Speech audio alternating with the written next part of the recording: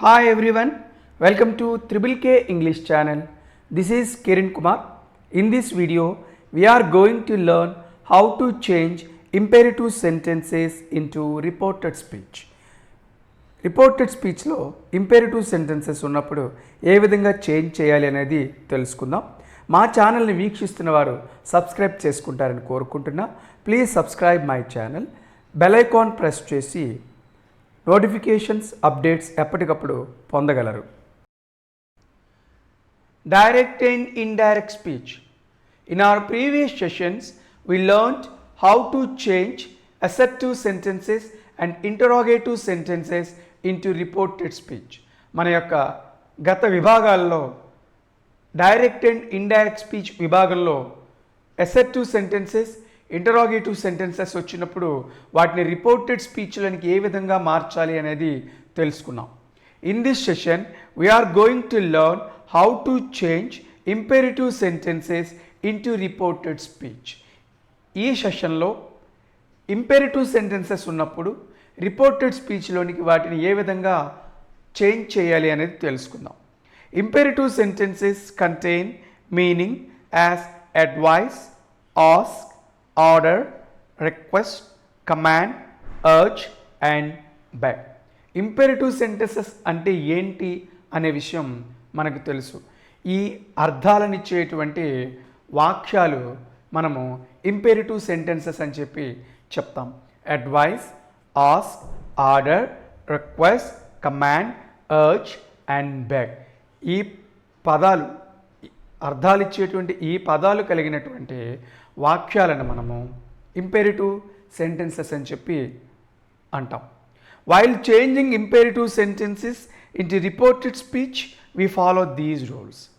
If we want to change imperative sentences into reported speech, we follow some rules. Imperative sentences ni reported speech లోనికి change చేసేటప్పుడు కొన్ని నియమాలను మనం పాటించాలి. Reporting verb ఈ changed as an imperative form. ఆ వాక్యములో ఇచ్చినటువంటి అర్థాన్ని అనుసరించి ఆ అర్థం ప్రకారం ఆ పదాన్ని మనము రిపోర్టింగ్ వర్బ్గా మార్చవలసి ఉంటుంది. As per the meaning of the sentence, మనకి ఇచ్చినటువంటి ఇంపెరేటివ్ సెంటెన్స్ యొక్క మీనింగ్ని అనుసరించి ఆ మీనింగ్కి సరిపడేటువంటి పదాన్ని మనము రిపోర్టింగ్ వర్బ్గా చేర్చాలి. Reporting verb and reported speech are connected with to which is called infinitive mode. ఆ రిపోర్టింగ్ వర్బ్గా ఆ ఇంపెరేటివ్ ఫామ్ని రిపోర్టింగ్ వర్బ్గా మనము నోట్ చేసిన తర్వాత ఆ రిపోర్టింగ్ వర్బ్ని, ఆ రిపోర్టింగ్ సెంటెన్స్ని మనము టు అనే పదంతో దీన్నే మనము ఇన్ఫినిటివ్ మూడ్లోకి మార్చటం అని చెప్పి చెప్తాం. ఈ టు అనే పదంతో మనం కలపాల్సి ఉంటుంది. When imperative sentences are changed into reported speech, the reporting verb must be as an imperative form which is given in the sentence as the meaning. Later, connect the reporting verb and reported speech with to, which is called infinitive mode. Imperative sentences ni reported speech లోనికి మార్చేటప్పుడు ఇచ్చినటువంటి ఇంపెరేటివ్ sentence యొక్క అర్థాన్ని అనుసరించి దానికి సరిపడేటువంటి పదాన్ని reporting వర్బ్గా మనము తయారు చేయాలి. తరువాత ఆ రిపోర్టింగ్ వర్బ్ని, రిపోర్టెడ్ స్పీచ్ని టు అనే పదంతో మనము కలపాలి. దాన్ని మనం ఇక్కడ కంజంక్షన్గా యూజ్ చేయాలి. దీన్నే మనము ఇన్ఫినిటివ్ మూడ్లోకి మార్చటం అని చెప్పి చెప్తాం. Look at the example. Radha said to me grow more trees.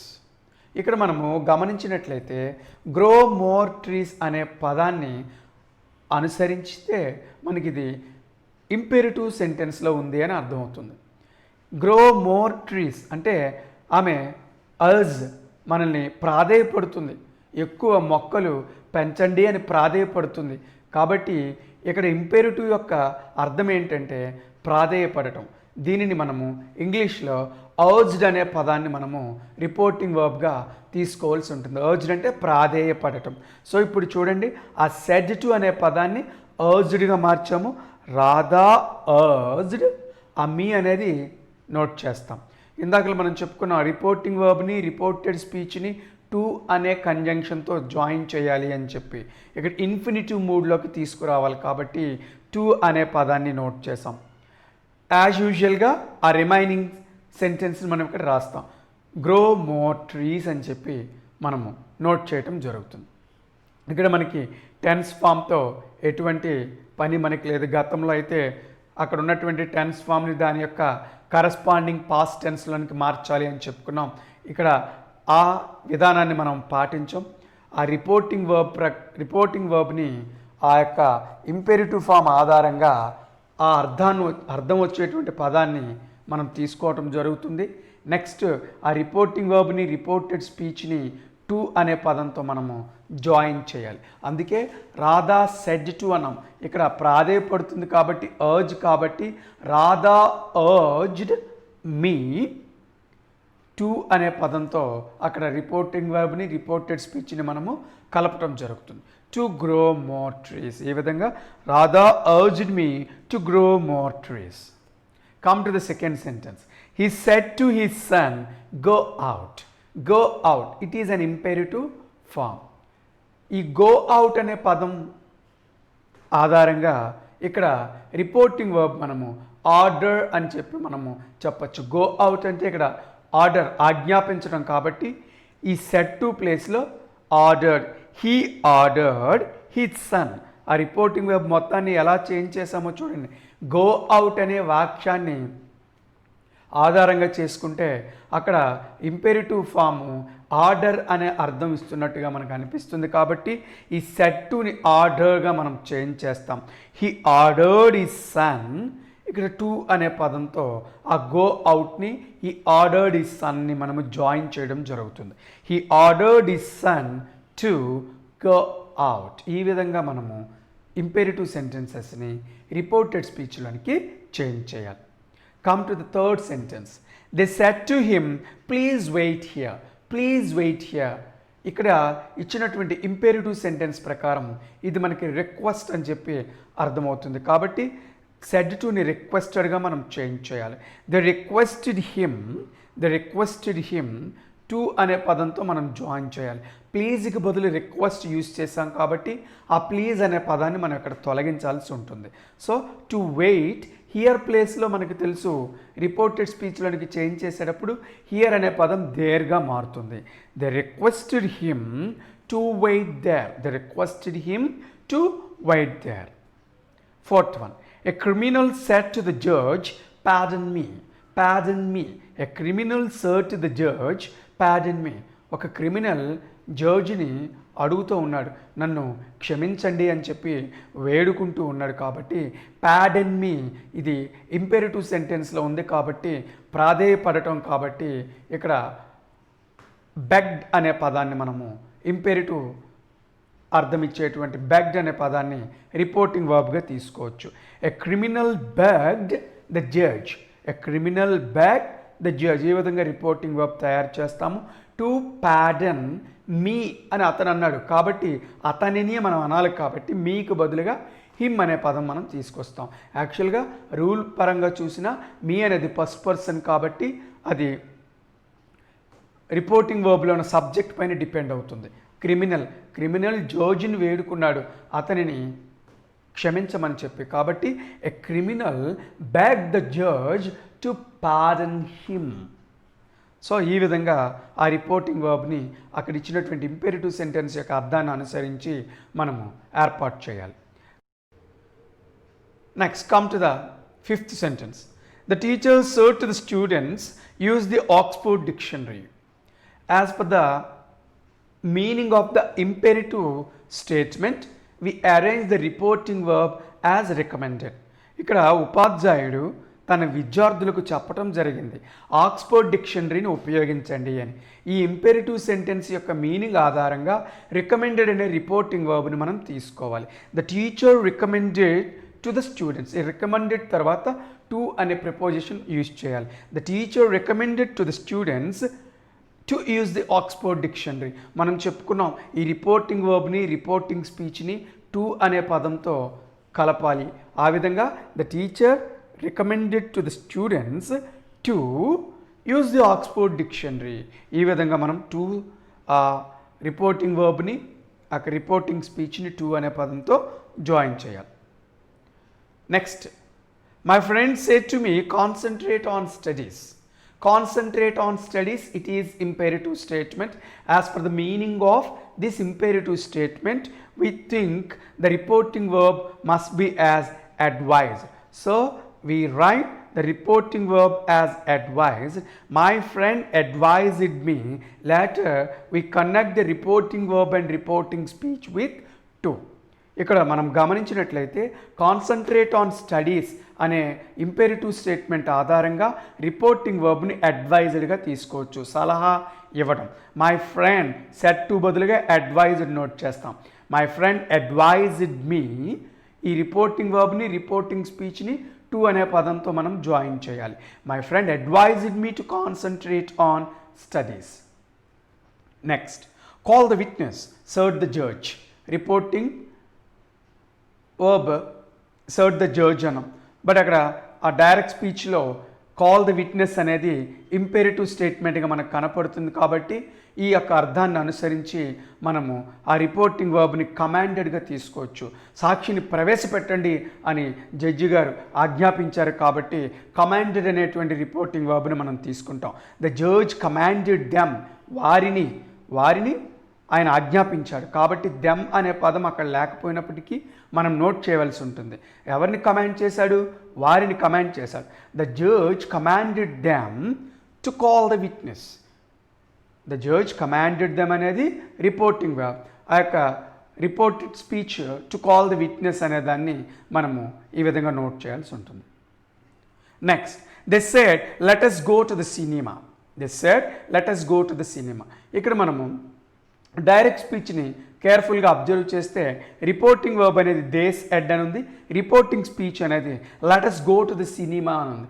ఎప్పుడైతే ఈ యొక్క రిపోర్టింగ్ స్పీచ్ అనేది లెట్ us అనే వాక్యంతో ప్రారంభమైనప్పుడు, ఎప్పుడైనా లెట్ us అనే పదంతో ప్రారంభమైనప్పుడు ఆ రిపోర్టింగ్ వర్బ్ని ప్రపోజ్డ్ లేదా సజెస్టెడ్గా రాయాలి. ఎప్పుడైతే రిపోర్టింగ్ స్పీచ్లో లెట్ us అనే వాక్యం కనిపించినప్పుడు ఆ యొక్క రిపోర్టింగ్ వర్బ్ని మనము ప్రపోజ్డ్ లేదా సజెస్టెడ్గా నోట్ చేయాలి. ఆ కంజంక్షన్ దట్ యూజ్ చేయాలి, ఇక్కడ టు యూజ్ చేయకూడదు. లెటర్స్ వచ్చినప్పుడు ఆ టు రిపోర్టింగ్ వర్బ్ని రిపోర్టెడ్ స్పీచ్ని దట్ అనే కంజంక్షన్తో జాయిన్ చేయాలి.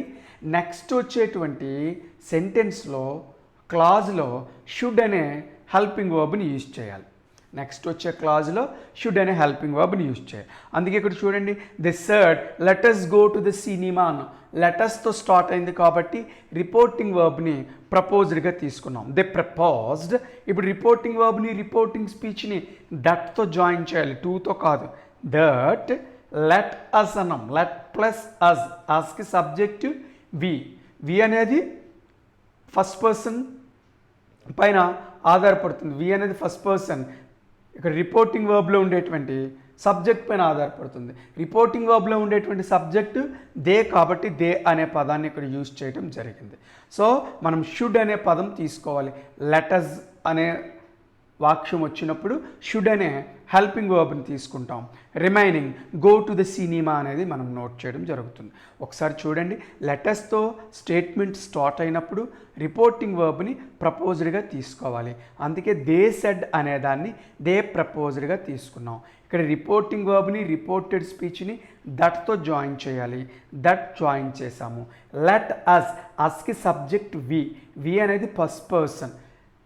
డైరెక్ట్ స్పీచ్లో ఫస్ట్ పర్సన్ ఉన్నప్పుడు ఎప్పుడు కూడా రిపోర్టింగ్ వర్బ్లో ఉన్న సబ్జెక్ట్ పైన డిపెండ్ అవుతుంది. సబ్జెక్ట్లో రిపోర్టింగ్ వర్బ్లో సబ్జెక్టు దే ఉంది కాబట్టి దే నోట్ చేసాం. ఇక్కడ హెల్పింగ్ వర్బ్గా మనకి షుడ్ రావాలి కాబట్టి let us means we shall అని చెప్పేసి అర్థం. అందుకనే వీకి బదులుగా దే వచ్చింది, షెల్కి ఫాస్ట్ ఫామ్ షుడ్ వచ్చింది. ఆ remaining go to the cinema అనేది మనము నోట్ చేయాల్సి ఉంటుంది. Come to the next sentence.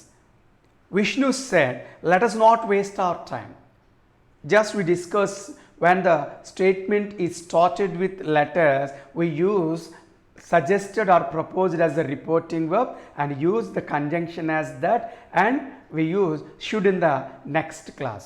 ఇప్పుడే మనం చెప్పుకోవడం జరిగింది, లెటర్స్తో స్టేట్మెంట్ స్టార్ట్ అయినప్పుడు రిపోర్టింగ్ వర్బ్ ప్రపోజ్డ్ లేదా సజెస్టెడ్గా ఉండాలి, దట్ అనే కంజంక్షన్ తీసుకోవాలి.